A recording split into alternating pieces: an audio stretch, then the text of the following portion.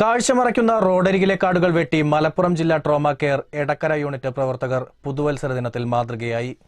വഴിക്കടവ് നാടുകാണി ചുരം റോഡിലെ വളവുകളിലും മറ്റും വാഹനങ്ങൾ വരുന്ന കാഴ്ചമറയ്ക്കുന്ന കാടുകളും റോഡിലേക്ക് തൂങ്ങി നിൽക്കുന്ന മരക്കൊമ്പുകളും വെട്ടിമാറ്റി. പരിസരം വൃത്തിയാക്കലും ഇതോടൊപ്പം നടന്നു.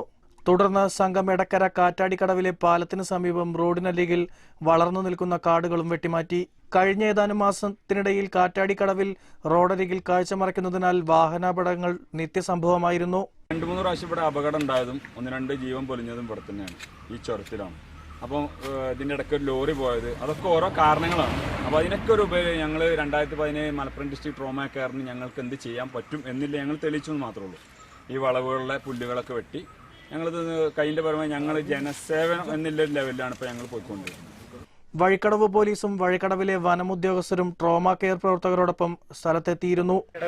പോലീസ് സ്റ്റേഷന്റെ പരിധിയുടെ കീഴിൽ വരുന്ന ട്രോമ കെയറിന്റെ ഒരു യൂണിറ്റ് നമ്മുടെ ചുരത്തുമ്പോൾ നടത്തുന്ന ഒരു സാമൂഹിക പ്രവർത്തനത്തിന്റെ ഭാഗമാണ് നമ്മൾ പങ്കെടുക്കുന്നത്.